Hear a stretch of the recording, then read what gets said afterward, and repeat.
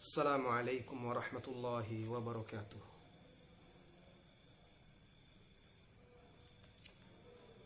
Innal hamdalillah nahmaduhu wa nasta'inuhu wa nastaghfiruh wa na'udzu billahi min shururi anfusina wa sayyiati a'malina. Man yahdihillahu fala mudilla lahu wa man yudlil fala hadiya lahu. Asyhadu an la ilaha illallah wahdahu la syarika lah. Wa asyhadu anna Muhammadan abduhu wa rasuluh.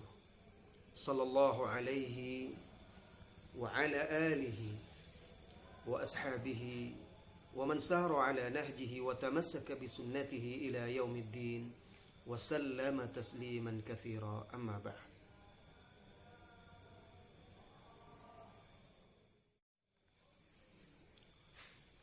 Saudara-saudari kaum muslimin dan muslimat yang semoga senantiasa dirahmati dan diberkahi oleh Allah Subhanahu wa taala. Berbicara atau bercerita tentang kehidupan Rasulullah sallallahu alaihi wasallam senantiasa menumbuhkan kerinduan kita kepada sosok yang sangat kita cintai. Membangkitkan semangat untuk beramal, meneladani beliau. Setiap kisah dalam kehidupan beliau sallallahu alaihi wasallam adalah keteladanan. Contoh bagi setiap kita yang mengaku sebagai pengikutnya. Nah, kali ini kita akan bercerita tentang salah satu bagian dari kehidupan beliau sallallahu alaihi wasallam. Apa yang beliau lakukan ketika fajar datang lalu azan subuh berkumandang. Saudara-saudari kaum muslimin dan muslimat yang semoga senantiasa dirahmati dan diberkahi oleh Allah Subhanahu wa taala. Saat cahaya fajar membelah kegelapan malam, lalu suara azan, suara kumandang azan yang dikumandangkan oleh Bilal memecah keheningan dan kesunyian kota Madinah. Membangunkan Rasulullah sallallahu alaihi wasallam yang beristirahat setelah sholat malamnya. Maka apabila Rasulullah sallallahu alaihi wasallam bangun saat mendengar azan Bilal radhiyallahu anhu, maka yang pertama kali dilakukan oleh Rasulullah sallallahu alaihi wasallam ketika dia bangun dari tidurnya tersebut adalah bersiwak. Bersiwak, membersihkan mulut atau gigi dengan pohon siwak atau ranting pohon siwak. Sebagaimana yang diriwayatkan oleh Al-Imam Al-Bukhari dan Muslim. Kemudian beliau mengucapkan, Alhamdulillahilladzi ahyana ba'dama amatana wa ilaihin nusyur. Segala puji bagi Allah yang telah menghidupkan kami setelah ia mematikan kami, atau yang telah menghidupkan kita setelah ia mematikan kita, dan hanya kepadanya lah kita dibangkitkan. Diriwayatkan oleh Bukhari dan Muslim. Kemudian Rasulullah sallallahu alaihi wasallam menjawab suara azan seperti yang diucapkan oleh muadzin. Apabila muadzin mengucapkan Allahu Akbar, beliau pun menjawab Allahu Akbar, Allahu Akbar. Dan apabila muadzin mengucapkan asyhadu an la ilaha illallah, beliau pun menjawab asyhadu wa ana asyhadu an la ilaha illallah. Apabila muadzin mengucapkan asyhadu anna Muhammadar Rasulullah, beliau pun menjawab asyhadu anna Muhammadar Rasulullah. Apabila muadzin mengucapkan hayya 'alas shalah, beliau pun menjawab la haula wala quwwata illa billah. Demikian juga ketika muadzin mengucapkan hayya 'alal falah, beliau menjawab la haula wala quwwata illa billah. Dan apabila muadzin mengucapkan Allahu Akbar, beliau jawab Allahu Akbar, Allahu Akbar. Dan ketika muadzin mengucapkan la ilaha illallah, beliau jawab juga la ilaha illallah. Sebagaimana diriwayatkan oleh Al-Imam Al-Bukhari.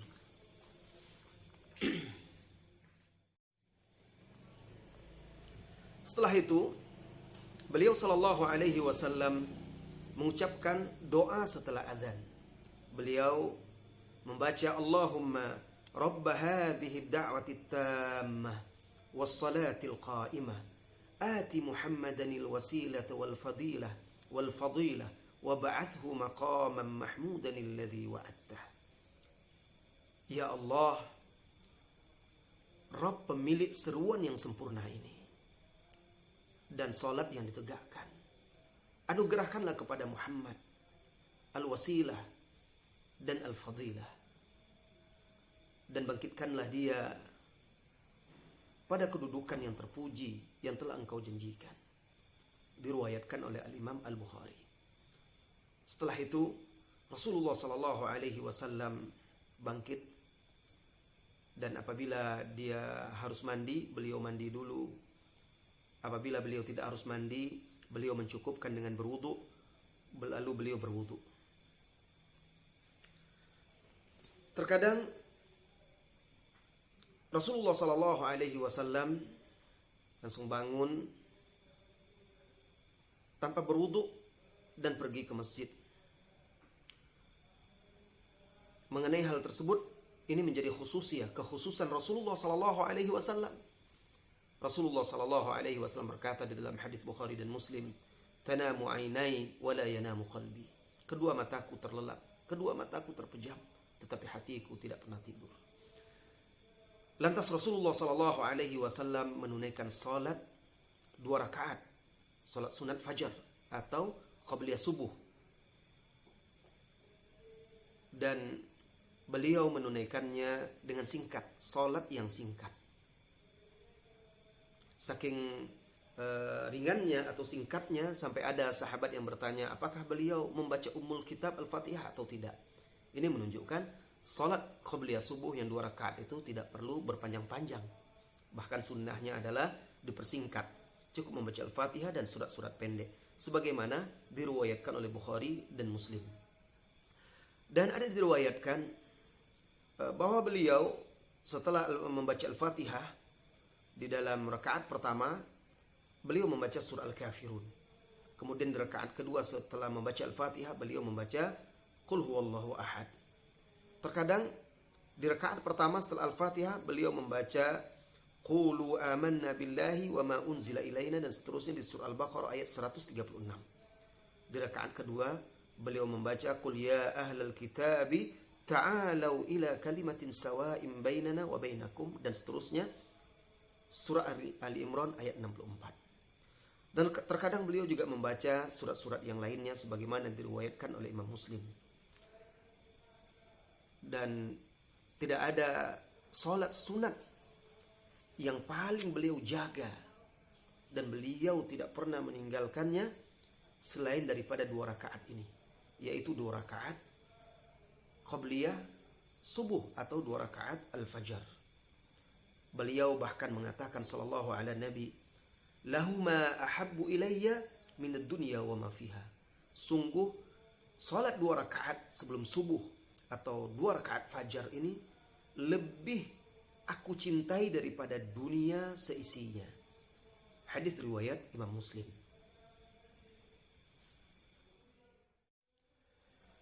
Setelah beliau menunaikan salat 2 rakaat fajar atau 2 rakaat sebelum subuh ini, beliau rehat sambil menunggu waktu iqamah. Apabila istri beliau sudah bangun, beliau berbincang-bincang bersama istrinya, beramah tamah, berbincang-bincang dengan istrinya, sehingga istrinya pun merasa nyaman, merasa tenang, karena hari mereka itu dimulai dengan percakapan yang penuh dengan cinta dan kasih sayang. Jikalau seandainya atau jikalau istrinya masih tidur, dilihatnya istrinya masih tidur, maka beliau pun berbaring menunggu waktu iqamah, bukan tidur, berbaring menghadap ke kiblat. Jadi berbaring miring dengan rusuk sebelah kanan, ya, jadi beliau berbaring di atas rusuk sebelah kanan menghadap ke kiblat sehingga sampai tiba waktu iqamah. Ini diriwayatkan oleh Bukhari dan Muslim. Apabila Bilal sang muadzinnya melihat bahwasanya kaum muslimin sudah berkumpul di masjid, beliau pun mendatangi rumah Rasulullah SAW yang berdampingan dengan masjid. Lalu beliau mengucapkan, "As-salata ya Rasulullah, as-salata ya Rasulullah." Salat akan ditegakkan wahai Rasulullah SAW. Ini diriwayatkan oleh Imam Ahmad, An-Nasa'i, dan juga Al-Baihaqi.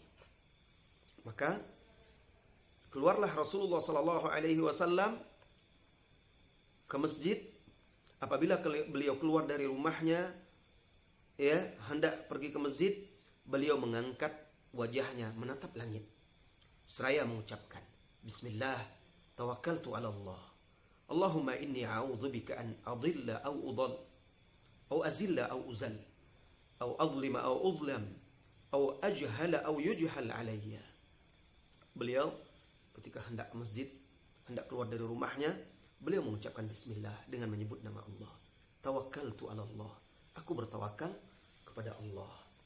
Allahumma inni a'udzubika, ya Allah, sesungguhnya aku berlindung kepadamu, an adilla, dari diriku, dari aku tersesat, au udalla, atau aku disesatkan, au azilla, atau aku tergelincir, au uzalla, atau aku digelincirkan, au adlima, aku berlindung dari berbuat zalim, au udlam, atau dizalimi, au ajhala au yujhal alayya, atau aku berbuat kejahilan atau dijahili.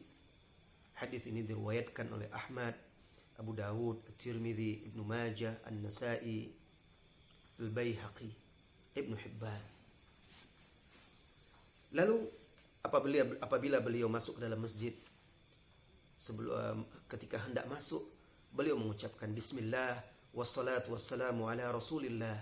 Allahumma ighfirli dhunubi waftah li abwaaba rahmatik. A'udzu billahil azim wa biwajhihil karim wa bisultanihil qadim minasyaitonir rajim. Apabila beliau hendak masuk ke masjid, beliau mengucapkan bismillah, beliau langkahkan kaki kanannya, lalu beliau membaca salawat dan salam atas Rasulullah. Ya Allah, ampunilah dosa-dosaku, bukakanlah untukku pintu-pintu rahmatmu. Aku berlindung kepada Allah yang Maha Agung dan dengan wajahnya yang mulia serta kekuasaannya yang qadim, minasyaitonir rajim, dari syaitan yang terkutuk. Hadis ini diriwayatkan oleh Ahmad, Abu Dawud, At-Tirmidzi, dan Ibnu Majah. Nah, ketika Bilal melihat Rasulullah SAW telah masuk ke dalam masjid, mulailah beliau mengumandangkan iqamah. Ini diriwayatkan oleh Imam Muslim.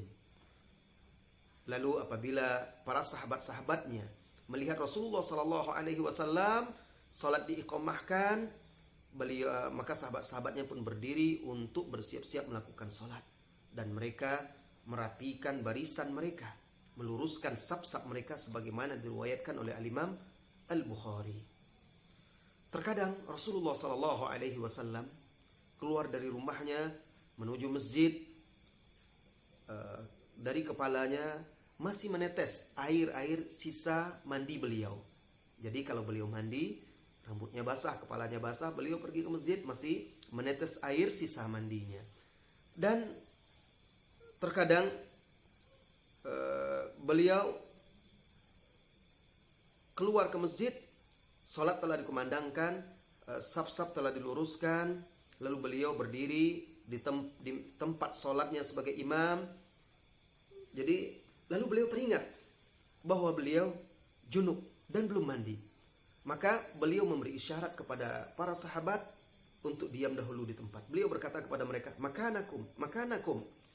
Kemudian beliau kembali ke rumahnya, karena rumahnya berdampingan dengan masjid. Lalu beliau mandi.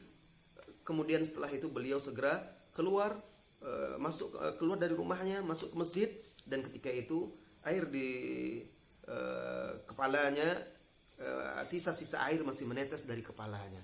Jadi Rasulullah Shallallahu Alaihi Wasallam pernah lupa kalau beliau junub, beliau langsung ke masjid. Ketika sudah sab iqamah sudah dikumandangkan, sab dirapikan, dan beliau sudah berdiri, teringat beliau junub dan belum mandi. Maka beliau perintahkan kepada sahabat, maka anakum tetap di tempat kalian. Lalu beliau bergegas untuk pergi mandi dan kembali lagi. Nah, Rasulullah Shallallahu Alaihi Wasallam juga pernah berkata kepada para sahabat, "Idza uqimatis shalah," apabila telah dikumandangkan iqamah, "fala taqumu hatta tarawni," jangan kalian berdiri sampai kalian melihatku. Hadis riwayat Bukhari. Ini menunjukkan bahwa saudaraku, bahwa makmum itu berdiri ketika melihat imam sudah datang, bukan ketika iqamah. Jadi imam datang lalu imam memerintahkan iqamah, atau imam datang, iqamah ditegakkan, maka makmum berdiri. Tapi kalau imamnya sudah di masjid, iqamah ditegakkan, makmum berdiri, maka makmum juga berdiri bersama imam.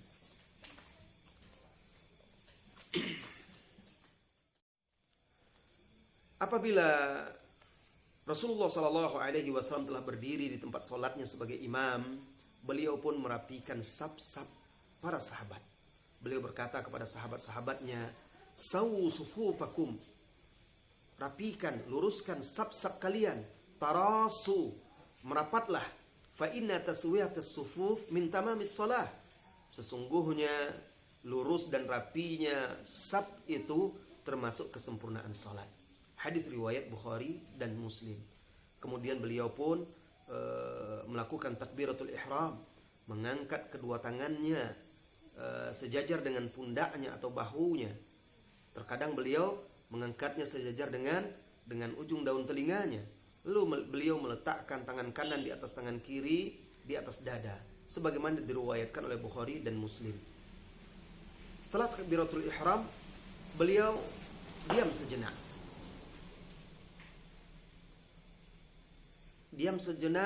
Lalu beliau mengucapkan, "Allahumma ba'id baini wa baina khataayaya kama ba'adta bainal masyriqi wal maghrib. Allahumma naqqini min khataayaya kama yunaqqa ath-thawbul abyadu min ad-danasi. Allahumma ighsilni min khataayaya bits-thalji wal ma'i wal baradi." Ini salah satu bacaan doa iftitah yang beliau baca. Ini diriwayatkan oleh Bukhari dan Muslim. Kemudian beliau membaca Al-Fatihah. Beliau membaca Al-Fatihah, berhenti satu ayat. Beliau baca Alhamdulillahi Rabbil Alamin, beliau berhenti. Kemudian beliau baca, lanjutkan Ar-Rahmanir Rahim, berhenti. Kemudian Maliki Yaumiddin, berhenti. Dan begitu seterusnya, ya. Sebagaimana diriwayatkan oleh Imam Ahmad, Abu Daud, At-Tirmidzi, Hakim, Al-Baihaqi. Nah, beliau di dalam salat subuh, salat fajar, beliau memanjangkan bacaan suratnya di rakaat pertama dan memendekkan di rakaat kedua. Beliau baca antara 60 sampai 100 ayat. Beliau membaca antara 60 sampai 100 ayat di dalam salat subuh, sebagaimana diriwayatkan oleh Bukhari dan Muslim.